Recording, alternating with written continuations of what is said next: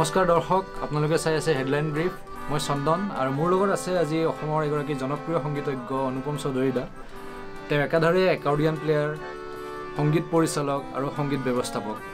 আহকচোন আজি তেওঁৰ পৰা জানো তেওঁৰ জীৱনৰ ঘাট প্ৰতিঘাত।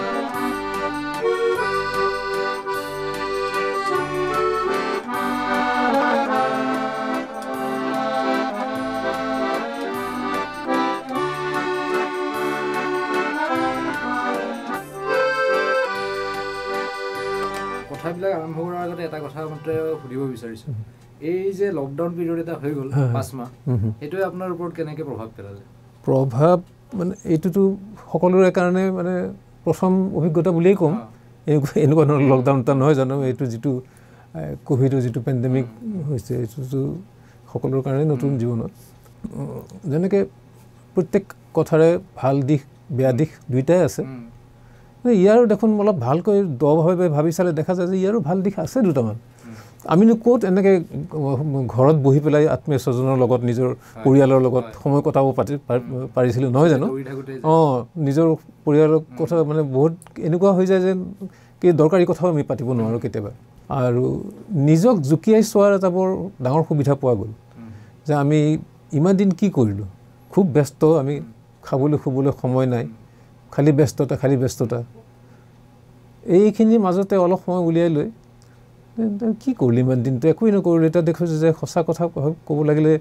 আজি যিটো অৱস্থা হৈছে দেশৰ, তাৰমানে আমি একোৱেই নাভাবিলোঁ। আমি খালি কাম কৰিলোঁ, টকা উপাৰ্জন কৰিলোঁ, নাম কৰিলোঁ, খ্যাতি, তোমাৰ ক্ষমতা, এইবিলাকৰ পিছতে দৌৰোতেই গ'ল সকলোৰে। এই যে 5 মাহ আমি বন্ধ হৈ থাকিলোঁ, এইখিনি সময়ত আপুনি কোৱাৰ নিচিনা আমি নিজক জুকিয়াই চোৱাৰ কিছুমান সুবিধা পালোঁ। হয়। তো আপুনি সেই সময়খিনিত আপুনি কেতিয়াবা সেই ল'ৰালিলৈ ঘূৰি গৈছেনে যেতিয়া আপুনি প্ৰথম আৰম্ভ কৰিছিলে? প্ৰত্যেক মুহূৰ্ততে মই ল'ৰালিলৈ, এতিয়া ধৰা পৰিৱেশৰ লগত এইবিলাক মিলেতো, ধৰা বৰষুণ দিছে, বৰষুণ দিলে সেই তাহানিত বৰষুণতো কি হৈছিল, আমি কি কৰিছিলোঁ, কেনেকৈ ভিজি হেৰি কৰিছিলোঁ, জোৰলা জোপোৰা হৈ পেলাই আহি পেলাই হাঁচিয়াই থাকোঁ, হেৰি কৰোঁ, মাহঁতে গালি পাৰে, আৰু ভিজ গৈ যায় বৰষুণ, এনেকৈ গালি পাৰে। তবু মানে এইবিলাকে গালি খালি থাকিলোঁ আৰু পিছদিনা আকৌ সেইটোৱেই হয় অৱস্থা। তাৰপিছতে ল'ৰালিৰ ঘৰখন আপোনাৰ ক'ত আছিলে? তো মোৰ জন্ম হৈছিল যোৰহাটত। যোৰহাটত সেই মিছন হস্পিটেলৰ ওচৰতে আমাৰ ভাড়াঘৰ আছিল এইটো। তো দেউতা চৰকাৰী চাকৰিয়াল আছিল, অভিযন্তা আছিল তেখেত। গতিকে ট্ৰেন্সফাৰ হৈ ফুৰা চাকৰি, গতিকে আমি বিভিন্ন ঠাইত ঘূৰি ফুৰিব লগা হৈছিলে। তো সেইখিনি সময়ত দেউতাৰ পষ্টিং আছিলে যোৰহাটত, তাতে মোৰ জন্ম। আৰু সেই তাতে কিন্তু তাত জন্ম হৈ পেলাই মোৰ এটা সাংঘাতিক লাভ হ'ল। লাভ মানে কি, মোৰ গোটেই লাইফটোৱে হয়তো সি মানে ষ্টিয়াৰ কৰি দিলে। সেই মিছন হস্পিটেলৰ কথা কৈছোঁ নহয়, মোৰ জন্ম হৈছিল 1947ত। তেতিয়া ধৰা জুলাই তাৰমানে মই জুলাই আগষ্ট এই এমাহ কিমান দিন মানে মই ব্ৰিটিছৰ নিমখ খাইছোঁ। আচ্ছা, সেইখিনি সময়ত তেতিয়া সেই তাত চাহাব হেৰি আছিলে, ডক্টৰবিলাক চাহাব আছিলে। তাতে সেই একদম আমাৰ নেক্সট কম্পাউণ্ড আৰু মিছন কম্পাউণ্ডটো, তাৰে কোনোবা এজন ডক্টৰ লেডি ডক্টৰো হ'ব পাৰে, সন্ধিয়া সময়ত কিবা এটা বস্তু যন্ত্ৰ এটা বজাই থাকে। দেউতাহঁতৰ লগত কেতিয়াবা ফুৰিব যাওঁ নহয়, সেইফালে হাতত ধৰি লৈ যায়। মানে স্বাধীনতাৰ পিছতো তেওঁলোক আছিলে? আছিল, বহুত দিনলৈ আছিলে। তে দেখোঁ যে এই ড্ৰয়িং ৰুমত বহি পৰ্দাবিলাক উৰি থাকে নহয়, এটা হাৰমনিয়ামৰ নিচিনা যন্ত্ৰ এটা কাণত আঁৰি লৈ পেলাই বজাই আছে। কি হাৰমনিয়াম কাণত আঁৰি লৈ কিয় বজাইছে? তেতিয়া নাজানো নহয়, কিমান হাৰ্ডলি 3 বছৰ 4 বছৰ বয়স এনেকুৱা আৰু। দেউতাহঁতক সুধে এইটো কি? কয় এইটো একৰ্ডিয়ান বুলি কয়। এইটো কিন্তু ভাৰতীয় যন্ত্ৰ নহয়। 3 বছৰ বয়সতে আপোনাৰ মূৰত তাৰমানে সেইটো সোমাই গ'ল। খালি এটা বস্তু মনত আছে, ইমান ভাল পাইছিলোঁ, কি কাৰণে ক'ব নোৱাৰোঁ, সেইটো কিবা এটা থাকেই নেকি। যন্ত্ৰটো ক'লা আছিলে, সেইটো মোৰ খুব ভালকৈ মনত আছে। প্ৰকাণ্ড যন্ত্ৰ বজাই আছে আৰু ইমান সুমধুৰ তাৰ হেৰি সংগীত ভাহি আহিছিলে। এইটো ৰৈ চাই থাকোঁ আৰু। তাৰপিছত তেনেকৈ সেইটো গৈ তাৰপৰা দেউতা ডিব্ৰুগড়লৈ ট্ৰেন্সফাৰ হ'ল। ডিব্ৰুগড়ত আহি পেলাই স্কুলত এডমিশ্যন দিলে, মোক লিটিল ফ্লাৱাৰত দিছিলে। লিটিল ফ্লাৱাৰ স্কুলত পঢ়িছিলোঁ। তাত মোৰ ক্লাছ পেৰেণ্ট আছিলে তোমাৰ বিজু ফুকন আৰু ভৱেশ গোস্বামী, টুটু বুলি কওঁ। আমাৰ একেলগে ক্লাছ, আমি একে ক্লাছতে পঢ়া, সৰুৰ পৰা। লিটিল ফ্লাৱাৰত পঢ়িলোঁ 3 বছৰমান পঢ়িলোঁ তাতে মানে এই তেতিয়া চব ইটালিয়ান আছিলে আমাৰ চিষ্টাৰসকল চিষ্টাৰ ফাদাৰ যিবিলাক চব ইটালিয়ান তেওঁলোকে পিয়ানো একৰ্ডিয়ান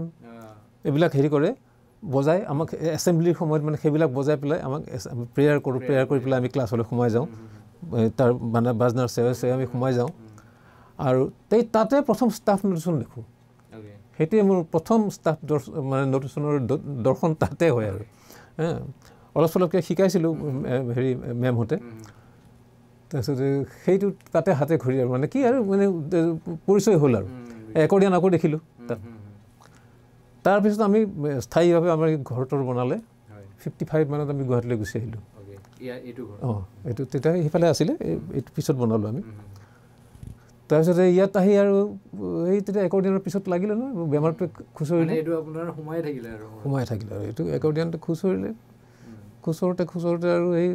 এবাৰ বহুত দিনৰ আগতে সেই আমি তেতিয়া ক্লাছ 4 মান পাইছোঁ 5 মান পাইছোঁ নেকি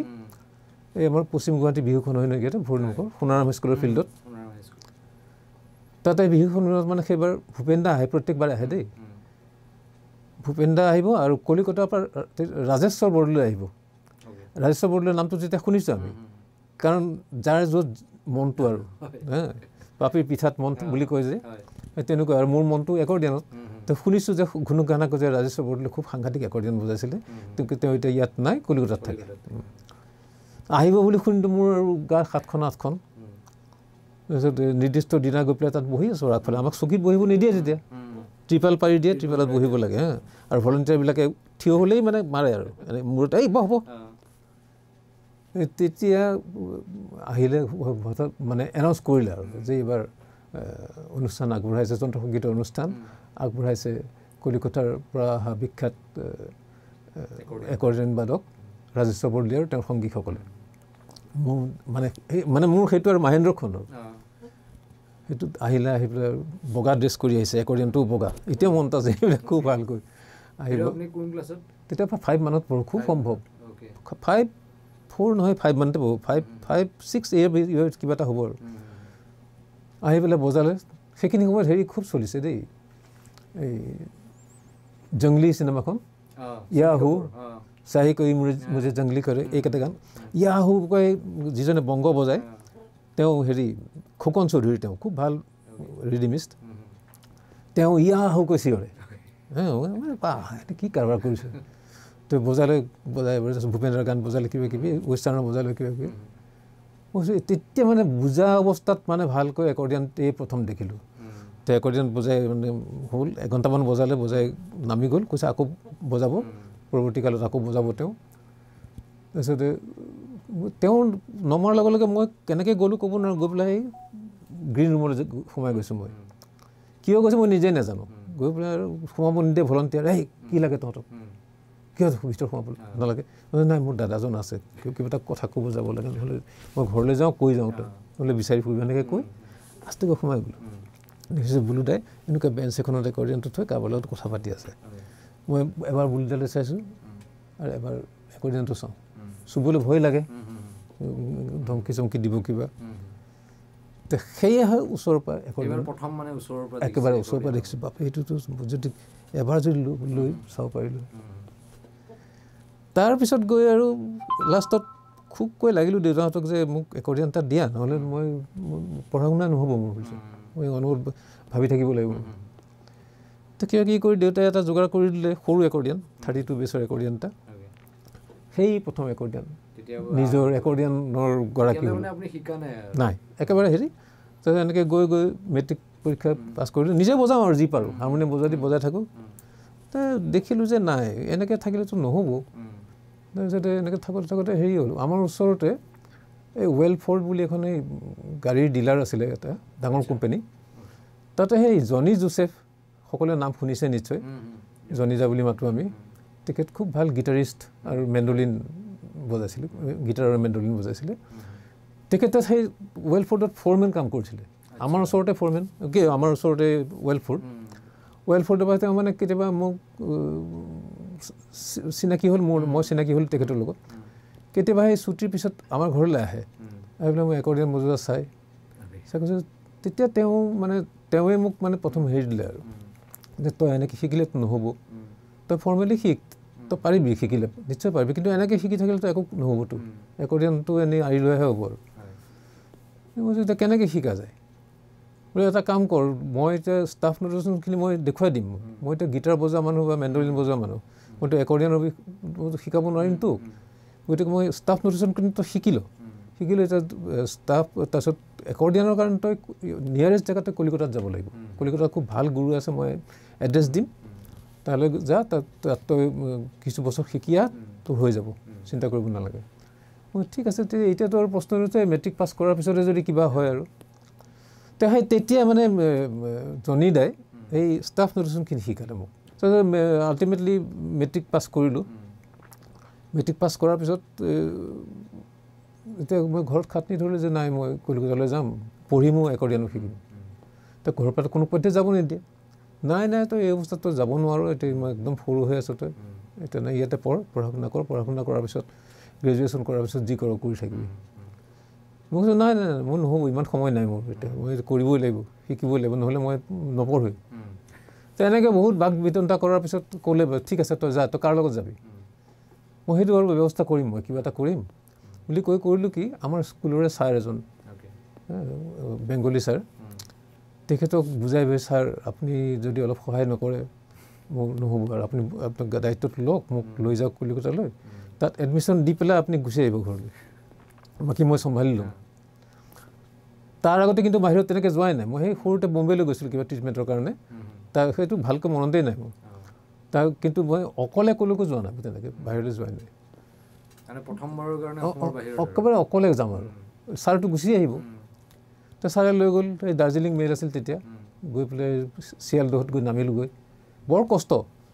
মানে, ইয়াতে তোমাৰ ইয়াৰ পৰা চব মিটাৰ গেজ চলে, মিটাৰ গেজ বৰগেজ নাই, মিটাৰ গেজ চলে, মিটাৰ গেজ গৈ পেলাই তোমাৰ এই শিলিগুৰিত চেঞ্জ হয়, নিউ জলপাইগুৰি নহয়তো এতিয়া শিলিগুৰিত আছিলে, শিলিগুৰিত চেঞ্জ হয় ব্ৰডগেজলৈ, তাক গৈ থাকে গৈ পেলাই ফাৰাক্কা সেই হেৰি হোৱা নাছিল তেতিয়া, তাত ৰখায় ৰেল, তাৰপৰা ফেৰীত পাৰ হ'ব লাগে, সেইটো হ'ল খেজুৰীয়া ঘাট,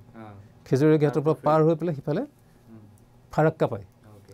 ফাৰাক্কাৰ পৰা আকৌ ট্ৰেইনত উঠিব লাগে, উঠি পেলাই শিয়ালদহ পায়গৈ। এইবিলাকৰ দুবাৰ তিনিবাৰ চেঞ্জ কৰিব, তেনেকৈ গৈ আল্টিমেটলি পালোঁগৈ, পাই পেলাই এখন হোটেল ঠিক কৰা আছিলে, ছাৰে মই দুইজন গৈ হোটেলত উঠিলোঁগৈ, 64 শেষৰ ফালে আৰু ৰিজাল্ট দিয়াৰ পিছত আৰু হেৰি কৰিলোঁ, হোটেলত উঠিলোঁগৈ, উঠাৰ পিছত তাতে হেৰি কৰি পিছদিনা ৰাতিপুৱা মানে অপাৰেশ্যন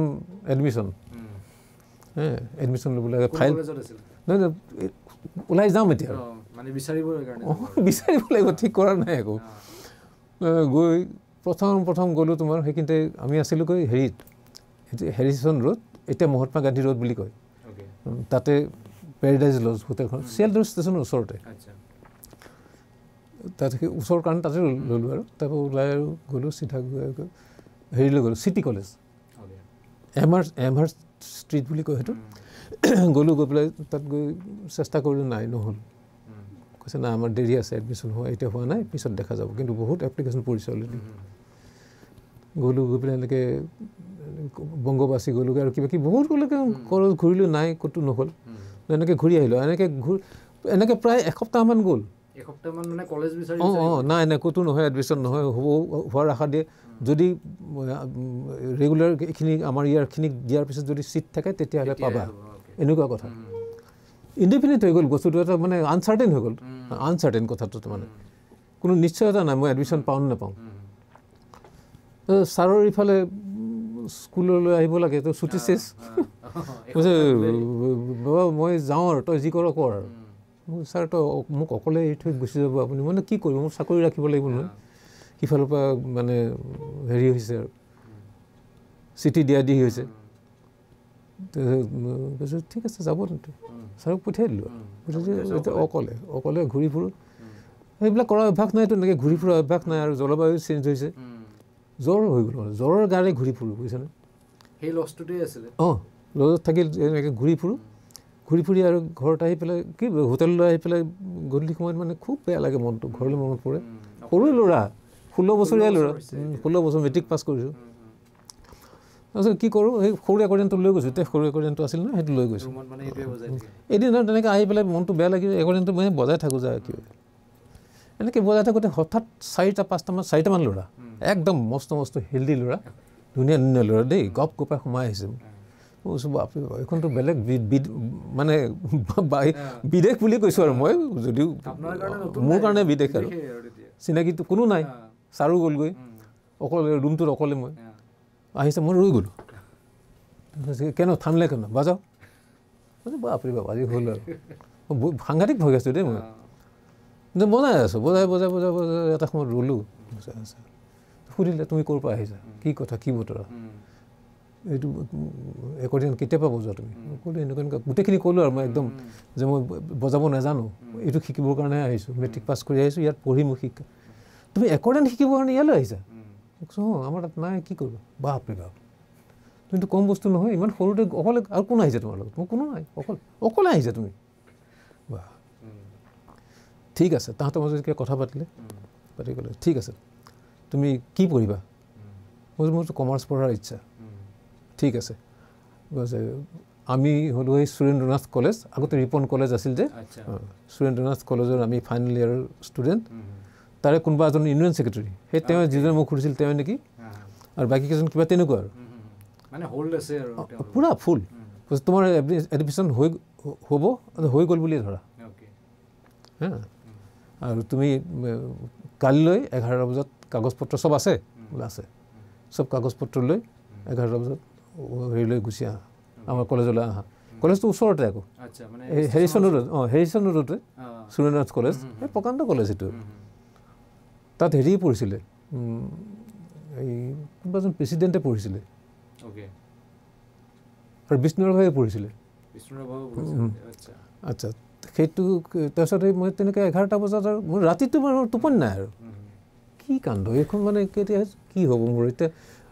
কোনফালে ঘূৰিব মোৰ মানে ষ্টেইনডাল কোনফালে ঘূৰিব তেওঁলোকে মাতিছে মানে এতিয়া আকৌ মোৰ ভয় লাগে নহয় কলিকতা হেন ঠাই মানে পইচা পাতি চব লৈ সৰ্বশান্ত কৰি এৰি দিব নেকি মোক একো ভয় লাগে সৰু মোৰ একো কোনো হেল্প নাই মোৰ ঠিক আছে যা দেখা যাওক ইমানখিনি যেতিয়া ঝুঁকি লৈছোঁ ঘৰলৈ ঘূৰি নাযাওঁ তেনেকৈ দেখা যাওক কি হয় হ'লে হ'ব আৰু যা ট্ৰেইনত কিবা কিবি উঠি পেলাই গুচি যাম আৰু গ'লোঁ 11টা বজাত আহি পেলাই এজনে আহি পেলাই কয় আহিছা তুমি আহা দিয়া কাগজ পত্ৰখিনি দিয়া এডমিশ্যন ফিজ কিমান আছে 100 কিমান টকা দেই হিচাপ এটা কৰি ইমান টকা দিয়া গ'ল অলপ পিছত মোক লৈ গ'ল চিনাকি কৰিলে প্ৰফেচৰ চব কোনোবাই নমস্কাৰ চমস্কাৰ দিলোঁ সুধিলে অসমৰ পৰা কিয় আহিছা তুমি ইয়ালৈ মানে অলপ কাৰাকৈ সোধে আৰু এইটো পৰীক্ষা কৰিছে আৰু কৈছে মই এনেকুৱা কথা ইমান সংগীতত ইমান ৰাপ তোমাৰ পিছে অকল সংগীতে হ'ব নে পঢ়া শুনাও হ'ব মই হ'ব দুইটাই হ'ব ইটো পালে মই পঢ়া শুনা হৈ যাব চিন্তা নাই ইটোৰ কাৰণে মই ইমান দূৰ এতিয়ালৈকে অশান্তিত আছোঁ মানে একদম কৈ দিছোঁ মই আৰু ঠিক আছে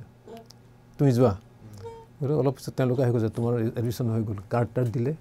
ৰেজিষ্টাৰী কাৰ্ড টাৰ্ড বেগ দিলে দি আৰু এইখন তোমাৰ অমুক তাৰিখৰ পৰা ক্লাছ হ'ব আচ্ছা তুমি কি হোটেলত থাকিবা গোটেই কোৰ্চ তুমি হোটেলত থাকি পঢ়িবা না কেনেকৈ থাকিম হোটেলত এতিয়া কি ক'ত থাকিবা তুমি হোষ্টেলত চেষ্টা তুমি নোৱাৰা চেষ্টা কৰিলে আমি কৰিব লাগিব হা একদম পূৰা মানে এল্ডাৰ ব্ৰাদাৰ মানে ইহঁতে পুৰা অভিভাৱক হৈ গৈছে পুৰা তাহাঁতে বুজিছে কিবা এটা তো হোষ্টেলৰ ওচৰতে হোষ্টেলটো ৰিপন হোষ্টেল তো চুপাৰক লগ ধৰি পেলাই গোটেইখিনি কথা ক'লে না এইকেতো হোষ্টেল চিট দিতেই হবে খুব অন্যায় হৈ যাবে খুব ভাল মানুহজন হোষ্টেল চুপাৰজন বয়সস্থ মানুহৰ দিলে হৈ গ'ল এডমিশ্যনো হ'ল একেদিনাই গোটেই হৈ গ'ল হোষ্টেলত তুমি এক্ষণে গিয়ে মালপত্র সব নিয়ে তোমার রুমে চলে যাও ও হোস্টেলে থাকা চলবে ওকে হোটেলে থাকা চলবে না ওইখানে তোমার পড়াশোনাও হবে না গান বাজনাও হবে না কিছু হবে না যাও ওই এখনই আমরা সন্ধ্যাবেলা এসে তোমাকে দেখব কী করেছো যেনে কথা তেনে কাম আহি গ'ল গধূলি কোনো কিছু অসুবিধা নেইতো তাৰপিছত হোষ্টেলৰ ৰুমমেটবিলাকক কৈছে একে দেখো কিন্তু একদম আসাম থেকে এসছে খুব ভালো গান বাজনা কৰে কিন্তু ভালো একৰ্ডিয়ন বাজায় ফাৰ্ষ্ট ৰেগিঙৰ কথাই নাহিল আৰু তাৰ আগতে আকৌ ঘটনা এটা হ'ল কি এই যাৰ নাম দিছিল তেওঁ হ'ল মুকুল দাস ছাৰ তেওঁৰ তালৈ ইণ্ডিয়াৰ বেলেগ বেলেগ ঠাইৰ পৰা মানে ছাত্ৰ ছাত্ৰী আহে শিকিবলৈ ইভিন বম্বেৰ পৰা গোৱানিজ কিছুমান আহে একৰ্ডিয়ন আৰু পিয়ানোৰ তেওঁ মানে হেৰি কৰিব তেওঁলোকে এই এডভান্স কোৰ্চ কৰিবলৈ খুব টান মানে তাত চিট পোৱা কিন্তু আমাৰ এজন এই ইয়াতে ভাড়াঘৰত আমাৰ ভাড়াঘৰত এজন বেংগলী লোক মানুহ আছিলে তেওঁলোকৰ এই ফিল্ম ডিষ্ট্ৰিবিউশ্যনৰ প্ৰডাকশ্যনৰ হেৰি প্ৰডাকশ্যন হাউচ তেওঁলোকৰ এই তেওঁৰ ভায়েকজন তাত আছিলে কলকাতাত থাকে তেওঁ তাত প্ৰডিউচাৰ তেওঁ কিবা কিবি কৰি পেলাই ছাৰৰ লগত যোগাযোগটো কৰি বহুত স্পেচিয়েল ৰিকুৱেষ্ট কৰি মোক এডমিশ্যনটো দিয়ালে তাৰপিছত নেক্সট এটা কৰিলোঁ কি মই তাততো ৰাজেশ্বৰ বৰদলৈ তাত আছে বিচাৰি বিচাৰি মই গম পালোঁ যে তেওঁ আছাম হাউচত কাম কৰে আছাম হাউচত বোলে তেওঁক চিনাকি দিলোঁ মই চিনাকি হ'লোঁ যে তুমি অসমত গুৱাহাটীৰ পৰা একৰ্ডিয়ন শিকিবলৈ আহিছা চবেই আচৰিত হৈ দেখোন কৈছোঁ অঁ সেইকাৰণে আহিছোঁ তুমিতো কম নহয় বাপৰে বাপ ইমান সৰুতে তুমি গুচি আহিছা আমি ভাবিবই নোৱাৰোঁ আমি সৰু থাকোঁতে তাৰপিছত ক্লাছ আৰম্ভ হ'ল সাংঘাতিক মানে ৰিজিড মানে হেৰি আৰু সাংঘাতিক কষ্টকৰ মানে বেপাৰটো প্ৰচেছটো বহুত মানে কিবা কিবি হেৰিৰ মাজৰে যাব লাগে মানে একেবাৰে ডিটেইলছত যায় আৰু কোনোফালে হেৰি নহয় মানে থিয়ৰীৰ একদম সেই ABCD পৰা মই আগতে যি শিকিছিলোঁ সেইবিলাক গ'ল আৰু সেইবিলাক নাই সেইবিলাক কাম নাই সেইবিলাক তুমি ফৰগেট ইট আৰম্ভ কৰি গ'ল প্ৰেক্টিকেল আহিল দুইখন হাতৰ প্ৰেক্টিকেল হেৰি আহিলে তাৰপিছত এনেকৈ শিকি আছোঁ আৰু এটা সময় হ'ল কি এবছৰমানৰ পিছত কি কৰে তেওঁ ঠাণ্ডা পানীত হাত এখন জুবুৰিয়াই থ'ব দিয়ে জুবুৰিয়াই থোৱাৰ পিছত যেতিয়া হাত একদম মানে সাৰ সুৰ নোহোৱা হৈ যায় বেজিৰে বিন্ধিলেও গম নাপায় নহয় এটা সময় তেতিয়া সেই ক্ৰটছেট কি কুৱেভাৰ ছেমি কুৱেভাৰ 1 2 3 4 5 6 7 8 1 2 3 4 5 6 এনেকুৱা ধৰণৰ এইবিলাক কুৱেভাৰ ছেমি কুৱেভাৰ এইবিলাক বজাব লাগে আৰু যদি মিছ কৰোঁ কৰিব কি কাঠৰ স্কেল আছিল তেতিয়া অঁ ইয়াত মাৰি দিয়ে একদম মানে চিঞৰ মাৰি বহি দিওঁ আৰু ঠাণ্ডা হাত এনেই ঠাণ্ডা হৈ আছে এই তেনেকৈ তাৰমানে তাৰ লজিকটো হ'ল কি ঠাণ্ডাত যেতিয়া মোৰ হাতখন চলিব নৰ্মেলততো ডাবল চলিব একদম একেবাৰে সাংঘাতিক চলিব আৰু যে কোনো চিন্তা নোহোৱাকৈ চলিব সেইটোৱে পিছত আহিবৰ সময়ত কৈছিল তেওঁ তোমালোকক মই অলপ ৰুড হৈছিলোঁ তোমালোকে বেয়া নাপাব তোমালোকক ভালৰ কাৰণে কৰিছিলোঁ এইটো 3 বছৰৰ পিছত এনেকৈ বহুত লগত চিনাকি হ'ল আৰু সেইখিনি সময়তো আৰু তাকে বলুদাৰ লগত যে চিনাকি হৈছিল ৰাজেশ্বৰ বৰদলৈ ছাৰৰ লগত তেওঁ কৰে কি তেওঁকতো শিকায়ে তেওঁ বহুতখিনি তেওঁ শিকাইছিলে বহুতখিনি এই থিয়ৰী কিছুমান মানে নুবুজা এই ছাৰক সুধিবলৈ ভয় লগা থিয়ৰী তেওঁকো সোধোঁ তেওঁ একদম পানীৰ নিচিনাকৈ বুজাই দিয়ে আৰু এই ছানডে'বিলাকত তেওঁ কি কৰে তেওঁ খ্ৰীষ্টানটো একচুৱেলি তেখেতে খ্ৰীষ্টিয়ান তেওঁ হেৰিলৈ লৈ যায় মোক চাৰ্চত লৈ যায় চাৰ্চলৈ লৈ যায় তেওঁ ইলেক্ট্ৰনিক অৰ্গেন বজায় এই বিৰাট বিশাল অৰ্গেন এইটো প্ৰথম জীৱনত দেখিলোঁ ইলেক্ট্ৰনিক অৰ্গেন পাইপ মস্ত পাইপ 3টা মেনুৱেল মানে বেছ নোটবিলাক চব ভৰিত একদম কপাই দিয়ে সেইডাল বজায় আৰু মোক একৰ্ডিয়ন বজাব দিয়ে ষ্টাফ দি দিয়ে আৰু বজাই থাকোঁ তাতে বহুত প্ৰায় 50-60 হেৰি মানে বেছি হ'ব চাগে ল'ৰা ছোৱালীবিলাকে লেডিজ জেণ্টছ চবেই মানে সেই প্ৰে কৰে অঁ সেইবিলাক গায় তেতিয়া বজাওঁ তাত থাকি মোৰ এটা সাংঘাতিক লাভ হ'ল কি এই 6 পাৰ্ট হাৰমনি 8 পাৰ্ট হাৰমনি এইবিলাক কেনেকৈ কৰে তাত বুজি গ'লোঁ মানে ৰাজেশ্বৰ বৰদলৈ কণ্টেক্ট কৰে সেইবিলাক এনেকৈ নোটেশ্যন তেওঁ লিখি দিয়ে মোক বুজায় চা এনেকৈ কৰিবলৈ এনেকৈ এইটোৰ লগত এইটো বাজিব বেছ টেনৰ এল্টো ছপ্ৰানো যিটো মানে ৰেঞ্জবিলাক আছে আমাৰ ৱেষ্টাৰ্ণ মিউজিকৰ সেইবিলাক কেনেকৈ কম্বাইন কৰি তেওঁ এৰেঞ্জমেণ্টটো কৰে কোৰেলটো তাতে শিকিলোঁ মই সেই হাৰমনি গোটেই মানে অল এবাউট হাৰমনি অঁ সেই বস্তুটো মই তাত খুব ভালকৈ খ্ৰীষ্টান হেৰিটো সেইটো তাহাঁতৰতো ইনবৰ্ণ থাকে সেইটো তেওঁলোকে এনেই গালেই সেইটো অঁ বিভিন্ন ৰেঞ্জৰ ভইচ তো সেইখিনি বস্তু তাতে শিকিলোঁ তাৰপিছত তোক ঘৰলৈ গুচি আহিলোঁ আৰু সেইবিলাক 3 বছৰ তেনেকৈ ফৰ্মেলি শিকিলোঁ শিকিব লাগে একৰ্ডিয়নটো মানে কিছু বুজি পালোঁ আৰু তাৰপিছতে পঢ়া চলিলে তাৰপিছত ইতিমধ্যে আমি কেইজনমান লগ লাগি গ্ৰুপ এটা খুলিলোঁ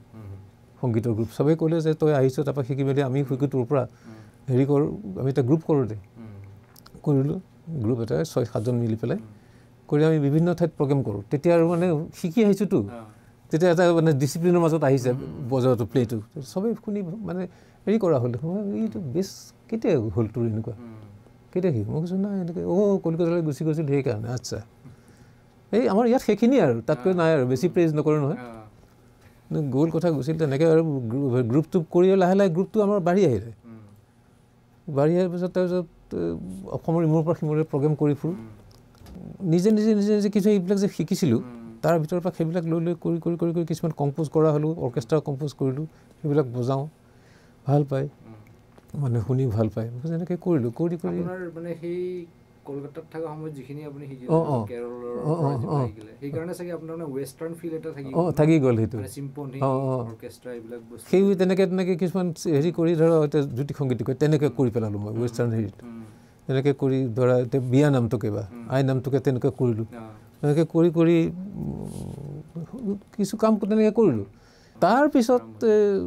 দেউতাই ক'লে এটা কাম কৰ তই এইবিলাক কৰিলি চবেই হ'ল তই চাকৰি বাকৰিটো নিশ্চয় নকৰ তই মই নাই সেইবিলাক ধান্দা নাই তই এটা কাম কৰ তই মিউজিক পাৰিবি জানো ইয়াত তেতিয়াতো নাইতো মিউজিকৰ কোনো ফিউচাৰ নাই তেতিয়া এইটো মানে টাইম পাছ আৰু এটা কিমানমান চন হ'ব 71 এনেকুৱা হ'ব তেতিয়া কৰি এটা কাম কৰ মই আগৰ পৰা ভাবি আছোঁ চিনেমা এখন কৰিম বুলি ষ্টৰিও লেখা আছে মোৰ দেউতাই সেইবিলাক ষ্টাডি কৰিছিল দেই অকণমান চিনেমা হেৰিৰ বিষয়ে ষ্টৰিও লেখা আছে স্ক্ৰিপ্টখনো মোটামুটি লেখা আছে কাজিৰঙাৰ ওপৰত কৰিছোঁ মই সেইখনৰ তই চাচোন পাৰিবিনে সংগীত পৰিচালনা কৰিব পাৰিবিনে মই চেষ্টা কৰি চাম নোৱাৰোঁ বুলি নকওঁ দেচোন চেষ্টা কৰি চাওঁ মই পিছুৱাই অহা মানুহ নহয় মই ঠিক আছে সেইখনৰ কামত লাগিলোঁ ডাইৰেকশ্যনৰ ভাৰ দিলে সমৰেন্দ্ৰ নাৰায়ণ দেৱ দেউতা খুব ফ্ৰেণ্ডলি আছিল আমাৰ লগত সেই হিচাপে স্ক্ৰিপ্ট পঢ়িলোঁ পঢ়ি পেলাই দেউতাৰ লগত আলোচনা কৰি ঠিক হ'ল যে 4টা গান থাকিব এটা জ্যোতি সংগীত দেউতাই মানে জ্যোতি সংগীত খুব ভাল পায় আৰু এটা জ্যোতি সংগীত থাকিবই লাগিব সেই সেউজী সেউজী সেউজী এইটো আৰু বাকী 3টা গান এনেকৈ দিলে আৰু সেই কৰি ঠিক আছে গান তৈয়াৰীত লাগিলোঁ লিখাম কাৰোটোৱে লিৰিক্স গীতি সাহিত্যটো লাগিল ভাল গীতি সাহিত্য লাগিব আলি ছাৰৰ ওচৰলৈ গ'লোঁ তফুজ আলি ছাৰ তেখেতে আমাৰ শিক্ষাগুৰু আছিলে কমাৰ্চৰ মই কথাটো ক'লোঁ আৰু যে এনেকুৱা ছাৰ তুমি সংগীত পৰিচালনা কৰিবা বা ভাল কথা খুব ভাল কথা লিখিম মই লিখিম তুমি মোক হেৰিটো দিয়া তুমি মোৰ ঘৰলৈ আহিবা গধূলি সময়ত আহিবা যেতিয়া সময় পোৱা তুমি গধূলি সময়ত আহিবা আমি আলোচনা কৰিম লিখি আৰম্ভ কৰিম তেনেকৈ এনেকৈ গান হ'ল 3টা গান লিখিলে তেখেতে ছাৰে লিখিলে বহুত অপূৰ্ব লিখিছে মায়াবী নিশাৰে সেইটো এইবিলাক গান হ'ল হৈ পেলাই মিউজিক টেক আগতে কৰিব লাগে না মিউজিক টেক কৰিবলৈ তেতিয়া ইয়াততো ৰেকৰ্ডিং নাই কলিকতাৰ টেকনিচিয়ান ষ্টুডিঅ'লৈ গ'লোঁ টেকনিচিয়ান ষ্টুডিঅ'ত হ'ল আৰু তাত মিহিৰ দাই গাইছিলে মই মিহিৰ দাৰ গান খুব মানে মিহিৰ দাৰ ভইচ খুব ভাল পাওঁ মই আগৰ পাইছিল এটা চিন্তা আছিল যে যদি পাৰোঁ কেতিয়াবা যদি গান যদি ৰেকৰ্ডিং কৰাৰ সৌভাগ্য হয় মিহিৰ দাৰ সৈতে গোৱামে আৰু এটা গান আৰতী মুখাৰ্জীয়ে গাবই লাগিব খুব ভাল পাইছিল মই আৰতী মুখাৰ্জীৰ গান মই আগৰ পৰাই খুব ভাল পাওঁ সৰুৰ পৰা একদম সৰুৰ পৰা তো গাবই লাগিব তো সেই দুটা সপোন মোৰ পূৰণ হ'ল মিহিৰ দাইটো গাবই আৰু মিহিৰ দাইটো সৰুৰ পৰাই পাইছে আমাক আৰতী মুখাৰ্জীয়ে খুব ফ্ৰেণ্ডলি খুব ৰেকৰ্ডিং তেনেকৈ হৈ গ'ল সেই ৰেকৰ্ডিং ষ্টুডিঅ'তে মই মোৰ মানে ৰোল মডেল বুলি ক'ম আৰু মই সলিল চৌধুৰী তেখেতক পাইছিলোঁ ঠিক মনিটৰ টনিটৰ হৈ গৈছে ঝুমুৰৰ বেছ কৰা মাদলৰ ৰিডিম হেৰি সেইটো ঠিক মনিটৰ কৰি টেক কৰাৰ সময়তে টেক হ'ব আৰু হঠাৎ দেখিছোঁ দেখোন মিউজিচিয়ানবিলাক চব থিয় হৈছে চবেই থিয় হৈছে থিয় পেলাই নমস্কাৰ কৰিছে এজন পাইজামা পাঞ্জামী পিন্ধা মানুহ এই ষ্টুডিঅ'ৰ ভিতৰলৈ সোমাই গৈছে সত্যেন চক্ৰৱৰ্তী মানে ৰেকৰ্ডিষ্ট সত্যেন চেটাৰ্জী ওনাকে চেন নাইতো আমি ধরতে পারছি না এখন ধরো তোমার সঙ্গে পরিচয় করে দিই তারপর ওলাই এই রেকর্ড কন্ট্রোল রুমলৈ আহিলে মানে এনেকৈ কন্ট্রোল রুমটো তাত সত্যেন দা আমি সব বহি আছোঁ আহিলে দেখলাম সোমাই আহিছে খুব দেখা লাগিছে নাৰ্ভাছ হৈছোঁ মই সত্যেন দা চব থিয় দিছোঁ মই থিয় দিছোঁ গতিকে লগে লগে তাৰপিছত কথা চথা পাতিলে আৰু সত্যেন দাই প্ৰণাম কৰিলোঁ হেৰি চেৰি কৰিলোঁ ভালে আছোঁ ক'ৰ পৰা আহিলে কি কথা এইবিলাক সুধে মোৰ লগত চিনাকি আছোঁ এইচব তোমাৰ সঙ্গে পৰিচয় কৰি এনেকৈ চেনো ধৰিব পৰা নাই এনে হ'লে চলি মোৰতো মানে একদম মানে কাৰ কথা কৈছে মোৰ ৰোল মডেল যোন আজি মোৰ সন্মুখত থিয় হৈ আছে মই যে প্ৰণাম কৰিব লাগে পাহৰি গ'লোঁ মই এনেকৈ মুখলৈ ফেল ফেলকৈ চাই আছোঁ সত্যন্তে কি দেখিছোঁ প্ৰণাম কৰ মাৰিছে তো মই প্ৰণাম কৰিলোঁ কৈছোঁ এনেকৈ মই নমস্কাৰ কৰিছোঁ মই আসাম থেকে এসেছোঁ আপনি আমার দ্রোণাচার্য কেনেকৈ মুখ পাবলৈ কওঁ না আপনি আমার দ্রোণাচার্য তাই নাকি তাহলে গুৰু দক্ষিণাতে আমাৰ পাওনা ৰইলোঁ বাপৰে বাপ কি কথা কৈছে মোৰ মুখৰ মাত নাই আৰু এইজন মানুহক মই চকুৰ আগত দেখিছোঁ একদম মোৰ সামনে পিছত আৰু লগ পাইছিল নে তেখেত তাৰপিছত নাই পোৱা আৰু সেয়ে লগ পালোঁ অৱশ্যে বিভিন্ন কাৰণত সেইখন চিনেমা ৰিলিজ হওঁতে সময় লাগিল আপোনাৰ আহি মানে কলকাতাত আপুনি শিকিলে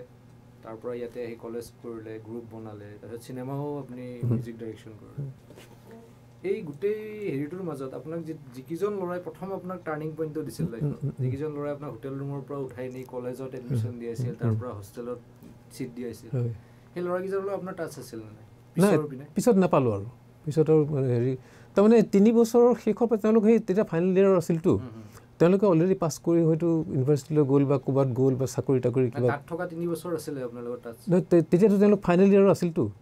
ফাইনেল ইয়াৰ পিছত পাছ কৰাৰ পিছত তেওঁলোকক কাকো লগ পোৱা নাই আৰু দুজনমানক পাইছিলোঁ এই কলেজ ছ'চিয়েটি আহে আহি পেলাই মোক সোধে কেনে চলিছে পঢ়া শুনা গান বাজনা কেনে চলিছে এইবিলাক কথা খবৰ চবৰ লৈ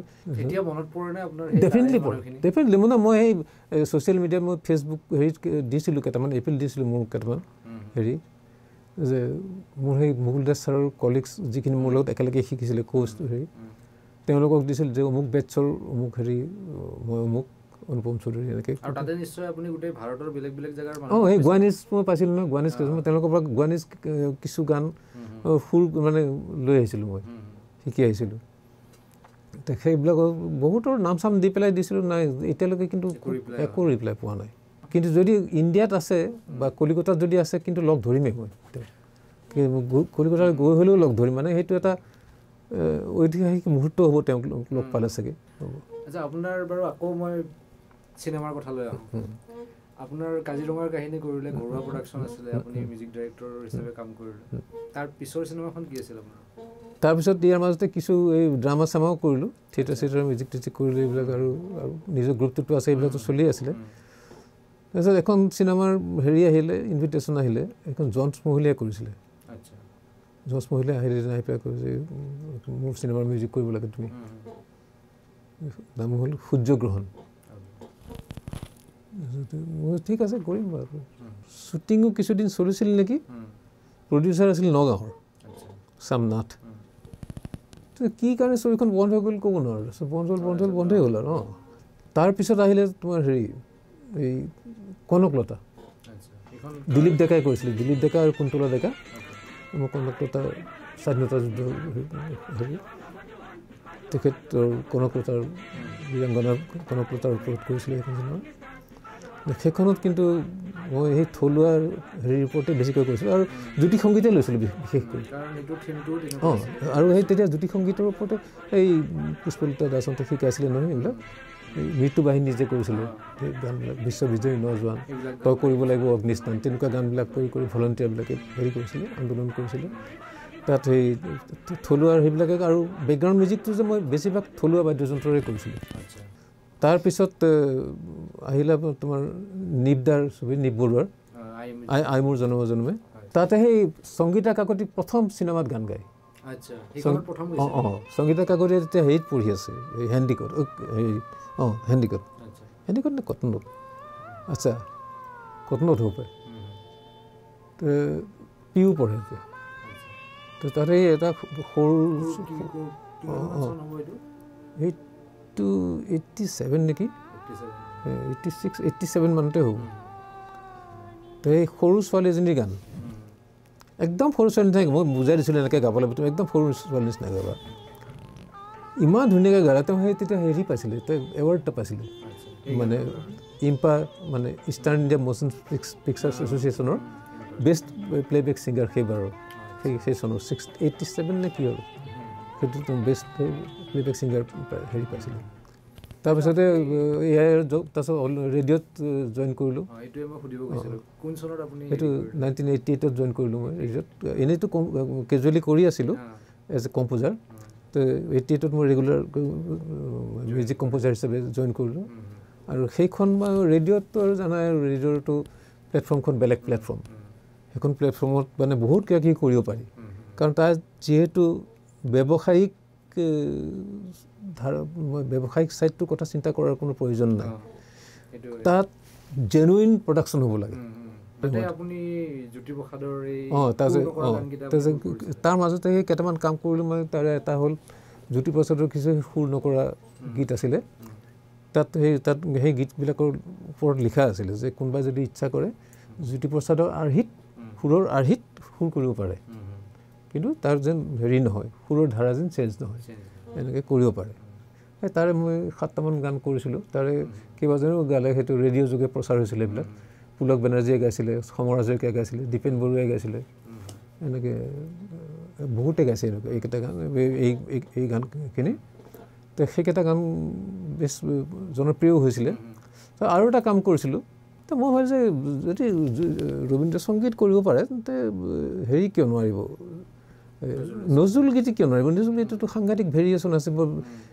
বিভিন্নতা বেলেগ বেলেগ সুৰ বেলেগ মানে সাংঘাতিক ফুলৰ দৰে কোমল ৰোমান্টিক গানো আছে আৰু একেবাৰে অগ্নি জুইৰ নিচিনা জুইৰ ফিৰিঙিটোৰ নিচিনা বিপ্লৱৰ গানো আছে ইমান ধুনীয়া প্লাছ চামা সংগীত আছে নজৰুল ইছলামৰ যিবিলাক আপুনি কৈছে যেনে অগ্নি বৰষা মইতো এইটো অগ্নি বৰষাতকৈ বেছি কৈ ভাল পাওঁ যে গাত থপৰিয়াই দিয়াৰ নিচিনা এটা একদম একেবাৰে ঠিকেই মই ভাবোঁ সেই গানবিলাকৰ মানে প্ৰাসংগিকতা আজিও আছে তাৰমানে নিশ্চয় এইটো চিৰকাল থাকিব আৰু মই সেইকাৰণে আপুনি যদি সেইবিলাক ৰূপান্তৰ কৰিছিল আৰু যদি সেইবিলাক গান গোৱাইছিলে ৰেডিঅ'ত থাকোঁতে সেই গানবোৰ আচলতে আৰু প্ৰচলন হ'ব লাগে এতিয়া নিশ্চয় সেইটো আপুনিও অলপমান এতিয়া আগভাগ লৈ পেলাই যদি মানে কি আৰু আপুনি অলপ আমি আৰম্ভণিতে কথা পাতিছিলোঁ আজিকালি চব অনলাইন হৈ যায় হয় যদি আপুনি ইউটিউবতে ৰেডিঅ'তটো আছে ৰেডিঅ'ত বাজি থাকে বাৰু কিন্তু ইউটিউব বা অনলাইন প্লেটফৰ্মটো নতুন ল'ৰা ছোৱালীখিনিৰ কাৰণে তেওঁলোকক যদি শিকাব পৰা যায় সেইটো এটা মই চেষ্টা নকৰাকৈ থকা নাই কৰিছোঁ মানে প্লেটফৰ্ম এটাও পাইছোঁ মই তাৰমানে মই ভাবিছিলোঁ কি কাজী নজৰুল ইছলামৰ গান অসমীয়া ৰূপান্তৰ কৰা গানকেইটা আৰু বিষ্ণু ৰাভাৰ গান একেলগে পেৰেলালি কৰিম বুলি ভাবিছিলোঁ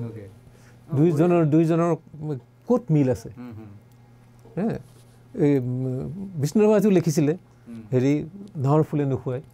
পৰজনমত শুবলৈ গণ এনেকুৱা না লগন উকলি যায় কিমান কোমল গান লিখিছে আৰু হেৰিও লিখিছে তেওঁ বল বল বল গ'ল কৃষক শক্তি দল কিমান তেওঁ সেই অগ্নিৰ জুইৰ নিচিনা হেৰি গান লিখিছে বিপ্লৱৰ গান আৰু গতিকে এটা আহি দুইজনৰ এটা কিবা এটা প্ৰাসংগিকতা আহি যায় গতিকে সেই মই তেনেকৈ দুইজনৰে গান অলপ যদি অলপ যিজনে এইখিনি অলপ বিশ্লেষণ কৰিব তেওঁ অলপ মানে অধ্যয়ন থাকিব লাগিব তেওঁৰ তেনেকুৱা মানুহকো বিশ্লেষণ কৰাটোতো সেইটো এটা বেলেগ কথা কিন্তু নকৰাকৈও মই ভাবোঁ অকল গানকেইটা যদি আপুনি ইউটিউবত দিব পাৰে মানে নতুনখিনিৰ কাৰণে হয় অকল সেইকেইটা গানকেইটা শুনক অকল বেলেগ একো বিশ্লেষণ সিহঁতে নিজেও কৰিব দিয়ক আপুনি বিশ্লেষণ পিছত কৰক এইটোতো তোমাৰ যোৱা বছৰ নহয় তাৰ আগৰ বছৰ যোৱা বছৰৰ পৰাতো আৰু ডিচেম্বৰ জানুৱাৰী মানৰ পৰাতো এই বছৰ জানুৱাৰী মানৰ পৰাতো এইবিলাকেই আৰম্ভ হৈ গ'ল কিন্তু তাৰ আগৰ বছৰ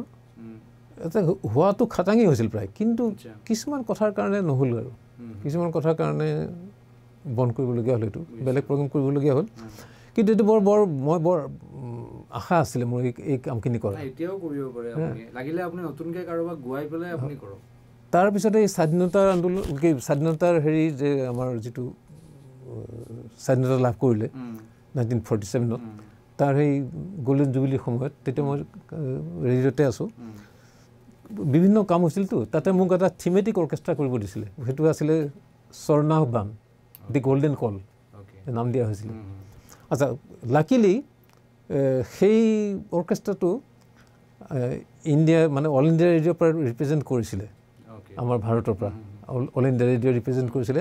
ফ্ৰেন্সত মই এতিয়া কাগজখন নাই পাহৰি গ'লোঁ কি কম্পিটিশ্যন আছিলে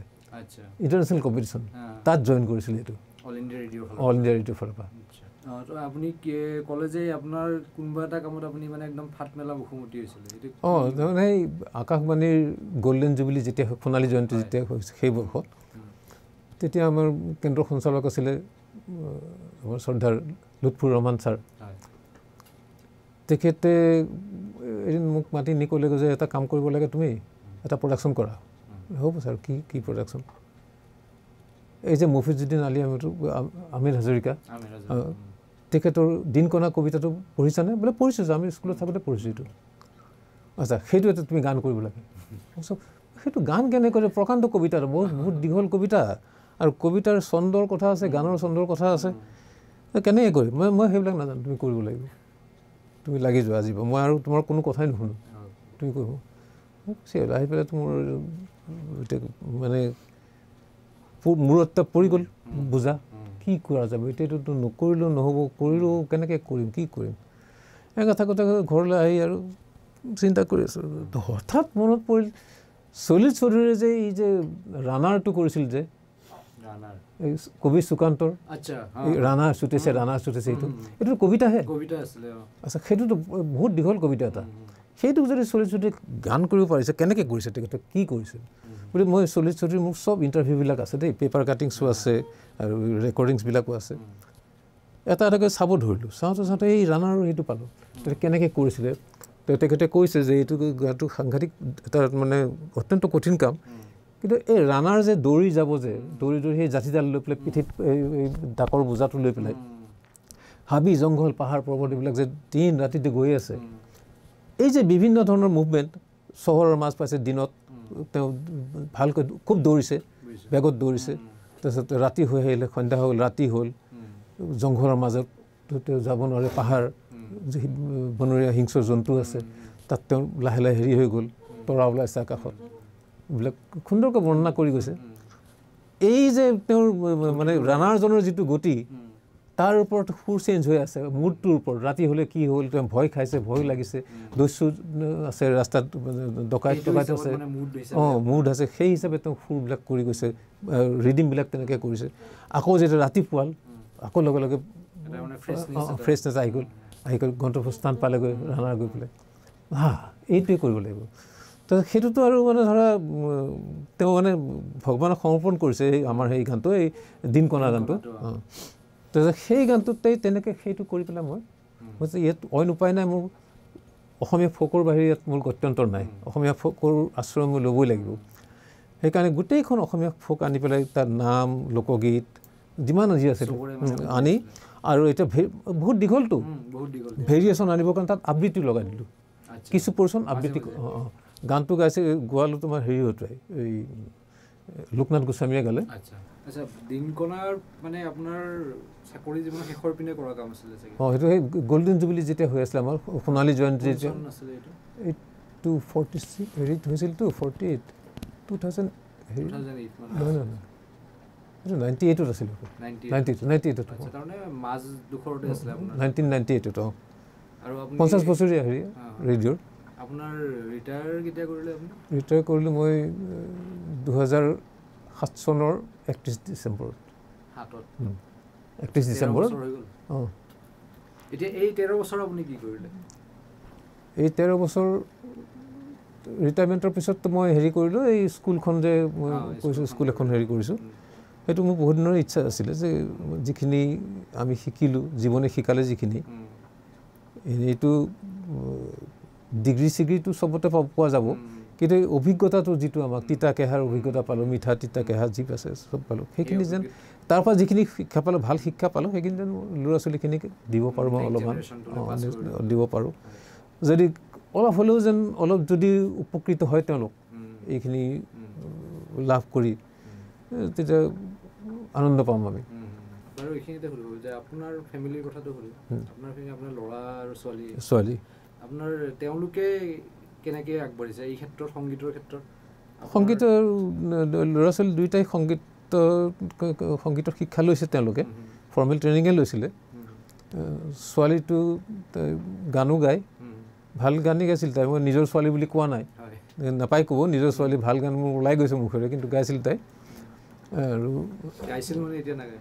গাই এতিয়া গাই, মই অলপ তাক খুচি দিলে গায়, খুচি দিব লাগে, সেইটো খুচি থকাৰ কাৰণে সেই যে মায়াবী নিশাৰটোৰ গালে যে, সেইটো গালে। আচ্ছা, তাৰপিছতে গায় আৰু নাটক কৰে, অভিনয় কৰে। আৰু আপোনাৰ ল'ৰা সি মিউজিকৰ এৰেঞ্জমেণ্ট কৰিছিলে, কিন্তু সি বেলেগ চাকৰিত যোগদান কৰাৰ কাৰণে সেইটো অলপ পাতল হৈছে, কিন্তু তাৰ মাজতে কৰি থাকে, কিন্তু সি কাম দুই এটা কৰি থাকে, নকৰা নহয়। আচ্ছা, যিহেতু আপুনি মানে বহুত এটা পৰিক্ৰমাৰ মাজেদি আহিলে, মানে সেই কলকাতাত যোৱাৰ পৰা মেট্ৰিক পাছ কৰাৰ পিছৰ পৰাই মুকুল দাস তেখেতৰ তাত শিকিলে, ৰাজেশ্বৰ বৰদলৈ তেওঁৰ পৰাই শিকিলে, তাৰপিছত অসম আহিলে, অসম আহি কামবিলাক কৰিলে, ৰেডিঅ'ত চাকৰি কৰিলে, ইমানখিনি এটা কাম কৰাৰ পিছত আৰু এই সময়ছোৱাত আপুনি নিশ্চয় এইটো কথাও লক্ষ্য কৰিছে যে সংগীতেও নিজৰ এটা ধাৰাটো পৰিৱৰ্তন হৈ আহি আছে। আজিৰ তাৰিখত যিটো অৱস্থাত আহি পেলাই উপস্থিত হৈছে অসমৰ সংগীতৰ কথা কৈছোঁ, তো সেই বস্তুটো আৰু আপুনি যেতিয়া ষ্টাৰ্ট কৰিছিল তাৰ পৰা নিশ্চয় এই বস্তুটো ডিফাৰেণ্ট হয়। ডেফিনেটলি, নিশ্চয় হ'ব। আজিৰ পৰিৱেশটো, আজিৰ ধাৰাটোক লৈ আপোনাৰ ক'বলগীয়া কি আছে? এটা কথা, এইটো পৰিৱৰ্তনটো অৱশ্যম্ভাৱী, সেইটো সদায় হ'ব, এইটো কেতিয়াও নোহোৱাকৈ ষ্টেটিক হ'বই নোৱাৰে কেতিয়াও। কিন্তু সেই পৰিৱৰ্তনটো কেনেকৈ কি কৰিম সেইটো আমাৰ ওপৰত বহুতখিনি নিৰ্ভৰ কৰে। কিন্তু যোনসকলে কাম কৰিছে তেওঁলোকে কোনফালে নিব, এইটো দিশ কেইবাটাও আছেতো। তাকে যদি সেই পৰিৱৰ্তনটোক যদি এতিয়া ধৰা, এতিয়া প্ৰযুক্তিবিদ্যাৰ যথেষ্ট উন্নতি হৈছে, ভাবিব নোৱাৰে এতিয়া আমি যিবিলাক কাম কৰি আছোঁ, তো সেইখিনিক যদি আমি তাৰো যে ভাল দিশ এটা আছে, বেয়া দিশ এটা আছে, এই ভাল দিশটোৰ প্ৰতি যদি আমি অলপ চিন্তা কৰি যদি আগবাঢ়োঁ নিশ্চয় ভালেই হ'ব। মানে এইখিনিতে এটা কথা, মানে সংগীতৰ ক্ষেত্ৰত বিশেষকৈ মানে গায়কীৰ ক্ষেত্ৰত এটা খুব আজিকালি মানে কমপ্লেইন এটা কৰা দেখা যায় যে যেতিয়াৰ পৰা প্ৰযুক্তিবিদ্যাৰ ক্ষেত্ৰতে অটোটিউন বস্তুটো আহিল, মানে সকলোৱে গান গোৱা আৰম্ভ কৰে। হয় হয়, তো সেইটোৰ আপুনি কি কয়? মানে সেইটো মই কেতিয়াও সমৰ্থন নকৰোঁ, অটোটিউন বস্তুটো মই কেতিয়াও সমৰ্থন নকৰোঁ। কাৰণ এটা সুৰ যিটো, এইটোতো এটা প্ৰকৃতিৰ দত্ত বস্তু নহয় জানো? সুৰটো চা ৰে গা মা পা ধা নি সা, এইকেইটাতো ইয়াততো লৰচৰ কৰাৰ কোনো উপায় নাই। তাক মই সেই বস্তুটো যে বেসুৰা হোৱাৰ পিছত কোনোবা যদি বেসুৰা গ'ল, তাক যদি জোৰ জবস্তি মই ধৰি বান্ধি তাক সুৰলৈ আনোতে নিশ্চয়, আৰু ভালকৈ মন কৰিলে দেখা যায় যে অটোটিউন কৰা সেইবিলাক ওলাই পৰে, কিন্তু গম পায়। আৰু গম পায় যিটো সুৰৰ যিটো লালিত্য সেইটো বহুতখিনি নোহোৱা হৈ যায়। এটা সুন্দৰ গান এটা ধৰা, ভূপেন হাজৰিকাৰে গান এটা, ভূপেন্দ্ৰৰ গান এটা, তেওঁ কিমান মন প্ৰাণ ঢালি গাইছে গীতটো, প্ৰত্যেকটা নোটত তেওঁ তাত অৰ্থ বিৰাজ কৰিছে, একোটা একোটা স্বৰত একোটা কথা কৈছে। তেওঁ সুৰে কথা কৈ আছেতো, গানৰতো ভাষা আছেই, প্লাছ সুৰেও কথা কৈ আছে। গতিকে সেই ক্ষেত্ৰত যদি মই সেইটো যদি ভুল এটা নোট গাই দিয়ে, সেইটোতো সহিবলৈ দিগদাৰ হয় অলপমান। তো এনেই অভাৰঅল অটোটিউনটো বাৰু বাদ দিলোঁ, কৰা মানুহে কৰিয়ে থাকিব বাৰু, এইটো আপুনি বাধাও দিব নোৱাৰে, যিহেতু ওলাই গ'ল বস্তু এটা। কিন্তু তাৰ বাহিৰে আপোনাৰ চকুত পৰাৰ ভিতৰত বৰ্তমান নাই, এইখিনিতে এটা কথা আছে দেই, এই যে তুমি অটোটিউনৰ কথাটো কওঁতে আহিলে, যে অটোটিউনটো কৰিবলগীয়া কিয় হ'ল? হয়, আগৰ গায়ক গায়িকাসকলেও গান গাইছিলে, তেতিয়াতো অটোটিউনৰ কোনো অস্তিত্ব নাছিলে। কিন্তু তেতিয়াতো তেওঁলোকে ধৰা আগৰ যিখিনি গায়ক গায়িকা আছিলে, তাৰিকুদ্দিন আহমেদ, ভূপেন্দ্ৰৰ কথাটো বেলেগেই, সেইটো নকওঁ। জয়ন্ত হাজৰিকাহঁতৰ কথা কৈছোঁ, তাৰপিছতে আমাৰ গুণদা বাইদেউহঁতৰ কথা কৈছোঁ, তাৰপিছতে এই আমাৰ কি এই শেৱালী দেৱীহঁত, সেই তেতিয়া যে গাইছিলে, লৱংগ বৰা, বীণা ভাগৱতী, এখেতসকলে গান গাইছিলে। তেখেতসকলে কোনদিন বেসুৰা হোৱা নাছিলে, আমি বেসুৰা শব্দটোৱে জনা নাছিলোঁ তেতিয়া। তো তেওঁলোকে কেনেকৈ গাইছিলে নহয় জানো, লিমিটেড সুবিধাৰ ভিতৰত? গতিকে তাৰমানে ইয়াত বুজা গ'ল যে নিশ্চয় এইটো অনুশীলনৰ অভাৱ। এতিয়া তাকে মই ক'ব খুজিছিলোঁ, এতিয়া কিন্তু আমাক দৰকাৰ হৈছে যে চব ফালৰ পৰা আগবাঢ়িছে, ঠিক আছে, প্ৰযুক্তিবিদ্যাও আহিলে, কিন্তু যন্ত্ৰ পাতিও আহি গ'ল, বিভিন্ন ধৰণৰ সংগীতৰ যন্ত্ৰ পাতি হ'ল, নতুন পৰীক্ষা নিৰীক্ষা চাৰিওফালে চলিব লাগিছে। কিন্তু মেইন যিটো বস্তু অনুশীলন, সাধনা, ৰেৱাজ, সেইটোতো অভাৱ ঘটিছে। তো সেইটোৰ অভাৱ ঘটিলে কেনেকৈ হ'ব? ৰ মেটেৰিয়েলছটো যদি ভাল নহয়, বাকী প্ৰযুক্তিবিদ্যাই কি কৰিব? এতিয়া মইতো সদায় এইবিলাক পাই থাকোঁ, মই যেতিয়া নিজৰ ষ্টুডিঅ' নহয়, অইন ষ্টুডিঅ'ত কাম কৰোঁতো, যেতিয়া সংগীত সজ্জা কৰোঁ বা মোৰ গানৰ ৰেকৰ্ডিং কৰোঁ, তেতিয়া আপুনি কৰি দিব দেই, অলপ এফেক্টছ দি পেলাই। মানে যিটো অৰিজিনেল বস্তুটোৱে যদি ভাল নহয়, মই তাত এফেক্টছ দি কেনেকৈ ঠিক কৰিম? নহয়, এইটো নহ'ব নহয়। গতিকে অৰিজিনেল বস্তুটো ভাল হ'ব লাগিব, তেতিয়াহে হ'ব। আৰু বাৰু আপোনাৰ বৰ্তমান যিসকলে সংগীত শিল্পীয়ে মানে কাম কৰি আছে, মানে পপুলাৰখিনি মই কথা কোৱা নাই, যিখিনিয়ে কৰি আছে পপুলাৰখিনিটো মই বাদ দিব পাৰোঁ, তাৰ মাজত আপোনাৰ চকুত পৰাকৈ এনেকুৱা কাৰণবোৰ আছে নেকি? আছে কেইবাজনো পাইছোঁ মই এতিয়া নতুন যিখিনি আছে ধৰা এতিয়া ধৰ এইটো আমিহে চিন্তা কৰিছোঁ, এইটো মোৰ ব্যক্তিগত মতামতহে দেই, তাত অন্য নামানিব পাৰে। এতিয়া কেইবাটাও ভাগ দেখিছোঁ মই, কিছুৱে অলপ ধৰা এতিয়া যিটো বৰ্তমানৰ ট্ৰেণ্ড সেইফালে তেওঁলোকে কোনো চিন্তা নকৰাকৈ গুচি গৈছে, আৰু কিছু ল'ৰা ছোৱালী আছে একে বয়সৰে তেওঁলোকে কিন্তু এই যিটো মূল সুঁতি তাৰ পৰা কিন্তু আঁতৰি যাব খোজা নাই। মই কেইবাজনো তেনেকুৱা গায়িকাক পাইছোঁ, তেওঁলোকে কোনো পধ্যে এইটো যাব খোজা নাই, তেওঁলোকে পুৰণি গীতখিনি আমাৰ ওচৰত আহি পেলাই বিচাৰি শিকিবলৈ চেষ্টা কৰে যে আমি গাম, আমি কেতিয়াও মূল সুঁতিৰ পৰা আঁতৰি নাযাওঁ, আমি যেনেকৈ হয় তেনেকৈ গাই থাকিম। মানে আপোনাৰ এতিয়া মানে আজিৰ তাৰিখত যদি মই সোধোঁ যে ইয়াৰ পিছত কি আপোনাৰ ভৱিষ্যত পৰিকল্পনা কি? মইতো এইখিনিয়ে কাম কৰি যাম। মই মানে কি মোৰ কথা হ'ল কি, যিখিনি কাম কৰিছে মই এটা কথা মই সদায় ক'ম সেইটো যে ফৰ্মেল ট্ৰেইনিং নহ'লে যিটো দুটা কথা আছে, এটা হ'ল সৃষ্টিশীলতা আৰু এটা হ'ল কাৰিকৰী দিশ। এই দুটাৰ সমিল মিলতহে এটা ভাল সৃষ্টি হয়। তুমি সৃষ্টি যিটো সেইটো নিজৰ আৱেগৰ পৰা আহিব, অনুভূতিৰ পৰা আহিব, ভিতৰৰ পৰা আহিব। আচ্ছা,